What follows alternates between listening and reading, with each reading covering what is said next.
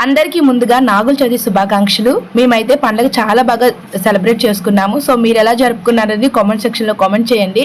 ఈరోజు కార్తీక మాసంలో ఉపయోగపడే కొన్ని యూస్ఫుల్ టిప్స్తో మీ ముందుకు వచ్చేసా. వీడియోని ఎక్కడా స్కిప్ చేయకుండా చూడండి, చాలా బాగా యూజ్ అవుతాయి. మనం పొద్దున్నే ఇంట బయట ఇలా చక్కగా కడిగి గుమ్మానికి కూడా ముగ్గులు పెట్టుకుంటూ ఉంటాము. పసుపు కుంకుమ గట్ట రాస్తాం కదా. మ్యాక్సిమం మనం నార్మల్గా అయితే పసుపు పెట్టేటప్పుడు కొంచెం వాటర్ వేసేసి పసుపు కలిపేసి రాసేస్తూ ఉంటాము. అలా కాకుండా ఒకసారి ఇలా ట్రై చేయండి. మనం పసుపు పెట్టేటప్పుడు గుమ్మాలకైతే చక్కగా పెయింట్ లాగా ఉంటుంది, అద్దినట్టుగా ఉంటుంది. మనం పెయింట్ వేసేటప్పుడు ఎలా ఉంటుందో అలానే ఉంటుంది. ఫస్ట్ ఒక బౌల్లో కొంచెం పసుపు తీసుకొని, పెరుగు ఉంటుంది కదా, పెరుగు ఒక 1 స్పూన్ వేసుకొని ఇప్పుడు పసుపు మొత్తాన్ని నీట్గా కలుపుకోండి. మీరు కావాలంటే కొంచెం వాటర్ కూడా యాడ్ చేసుకొని ఇలా మొత్తము నీట్గా కలుపుకున్న తర్వాత ఇప్పుడు గుమ్మాలకి ద్వారబంధానికి ఇలా అప్లై చేసుకున్నాం అనుకోండి, పసుపు అయితే చాలా చక్కగా పెయింట్ లాగా ఉంటుంది. మీరు నార్మల్గా వాటర్ వేసేసారనుకోండి, మార్నింగ్ పెట్టిన పసుపు ఆఫ్టర్నూన్ కానీ ఈవినింగ్ టయానికి అసలు పసుపు రాసామా లేదా అన్నట్టుగా ఉంటుంది. అలా కాకుండా ఒక్కసారి ఇలా ట్రై చేయండి. టిప్ చాలా బాగా వర్క్ అవుతుంది.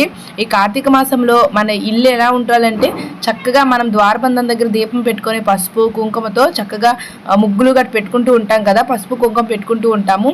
ఇలా కనుక మనం వేసామనుకోండి చాలా అందంగా పెయింట్ లాగా ఉంటుంది. ఇది ఈవినింగ్ కాదు, దగ్గర 2-3 డేస్ వరకు కూడా మనకు గుమ్మాలు అయితే అప్పటికప్పుడు మనం రెడీ చేసి పెట్టినట్టుగానే ఉంటాయి. సో టిప్ చాలా బాగా వర్క్ అవుతుంది, ట్రై చేయండి. మనము బౌల్స్లో అంటే మనం పసుపు కుంకుమ వేరొక డబ్బాల్లో వేసుకుంటూ ఉంటాం కదా, అలా సపరేట్ డబ్బాల్లో కాకుండా మనకి ఇలా చక్కగా ఇలాంటి బాక్సులు ఉంటాయి కదండి, పసుపు కుంకుమ పిండి వరిపిండి అక్షంతలు వేసుకునేవి ఇలాంటివి ఉన్నాయనుకోండి, పెద్దవి తీసుకున్నా సరే మనకి చక్కగా ఈ కార్తీక మాసంలో చాలా బాగా హెల్ప్ అవుతాయి. అన్నీ ఒకే దగ్గర ఉంటాయి, మన టైం చాలా వరకు సేవ్ అవుతుంది. నెక్స్ట్ మనం బెల్లం తెచ్చుకుంటూ ఉంటాము దేవుని ప్రసాదాల్లో కానీ పరమాన్నంలో కానీ గట్ట.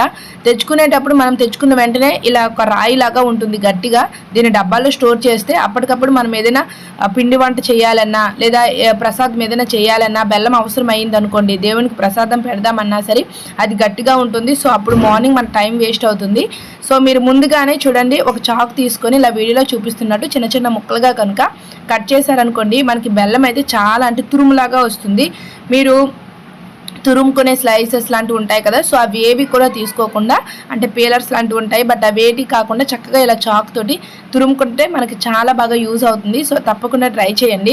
ఇలా బెల్లం మొత్తం తురుముకొని ఏదైనా బాక్స్లో స్టోర్ చేసుకుంటే మనం ఎప్పుడు కావాలంటే అప్పుడు చక్కగా ఈ బెల్లాన్ని ప్రసాదంలా పెట్టుకోవచ్చు. నెక్స్ట్ ఏంటి అంటే మనకి ఏదైనా ప్రసాదంలో కావాల్సిన వాటిలో కూడా బెల్లం యాడ్ చేసుకోవచ్చు. సో ఇక్కడైతే నేను తీపి పప్పు పెసరపప్పు చేస్తున్నాను. మేము నాగుల చవితికి దేవుడి మూల పెట్టేటప్పుడు పెసరపప్పు తీపి పప్పు పెడతాము. సో అందుకోసం నెక్స్ట్ ఏంటి అంటే రాగి మంట చేస్తాము ఉంటాము, అలాగే దీన్ని రాగి మాల్ట్ అంటాం, అంబలి అంటాం కదా. ఇది మన హెల్త్కి అయితే చాలా మంచిది. ఇందులో మనకి ఎన్నో రకాల పోషకాలు, ఫైబర్ కంటెంట్, అలాగే విటమిన్స్ ఎక్కువగా ఉంటాయి. పిల్లలు తీసుకున్నా సరే పిల్లలు కూడా చాలా బలంగా స్ట్రాంగ్గా తయారవడానికి ఇది బాగా యూస్ అవుతుంది. ఫస్ట్ మనం బౌల్లో వాటర్ తీసుకొని ఫస్ట్ రాగి పిండి ఒక 1 స్పూన్ లేదా 2 స్పూన్స్ మీరు క్వాంటిటీని బట్టి వేసుకొని వాటర్లో బాగా మిక్స్ చేసుకోవాలి. మనకి చూడండి అంటే చిన్న చిన్న ఉండల్లాగా కాకుండా మనకి పిండిలో మొత్తం వాటర్లో మొత్తం పిండిలాగా కలిసిపోవాలి, ఒక వాటర్ లాగా అయిపోవాలి.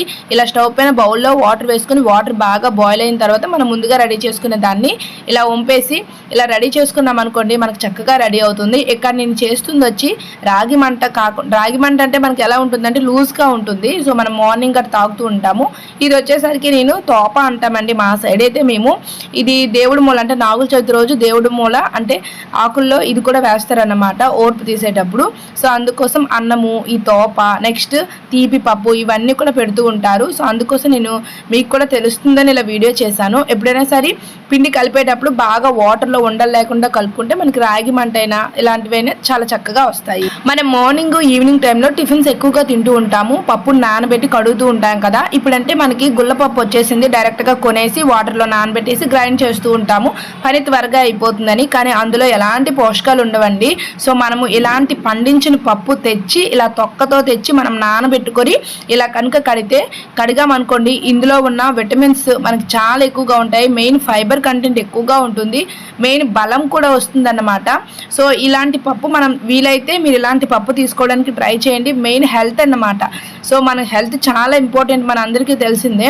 ఇదేంటి అంటే పప్పు చాలామంది తీసుకోవడానికి పప్పు కడగడం చాలా కష్టం కదా అని అనుకుంటూ ఉంటారు. అది కష్టమేమీ కాదు. నేను చెప్తున్నట్టుగా ఇలా ఈజీగా కడగండి. 2-3 సార్లు బౌల్లో వాటర్ వేసుకొని, మీకు ఇది ఫస్ట్ టైం అనుకోండి 2 బౌల్స్ తీసుకొని కొంచెం కొంచెం వాటర్ వేసుకొని అటు ఇటుగా క్లీన్ చేసుకోవచ్చు. మన ఛానల్లో ఆల్రెడీ నేను ఒక వీడియో కూడా అప్లోడ్ చేశాను, పప్పు ఎలా నీట్గా కడగాలి అనేది. ఇలా మొత్తం కడిగిన తర్వాత ఆ వచ్చిన ఆ యొక్క పప్పు తొక్కు ఉంటుంది కదా, సో ఆ పొట్టు బయట పడేయకుండా ఆవులు గేదెలు ఉన్నాయనుకోండి, సో వాటికి ఇస్తే అంటే దానలాగా ఉంటాయన్నమాట. అవి చక్కగా తింటాయి. ఇందులో ఉన్న పోషకాలు అనేవి బయట పడేయకుండా ఇలా కూడా మనం యూజ్ చేసుకోవచ్చు. ఇక్కడ మాకు ఇవ్వడానికి ఎవరు లేరు, సో నేను అందుకే బయట పడేశాను.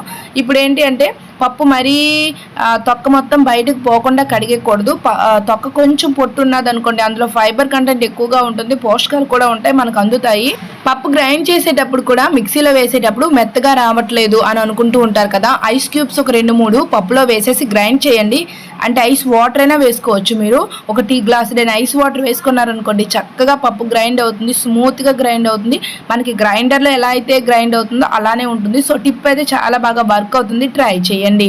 వీడియో నచ్చితే లైక్ చేసి సబ్స్క్రైబ్ చేసుకొని ఛానల్ని ఫాలో అవ్వండి. Thank you.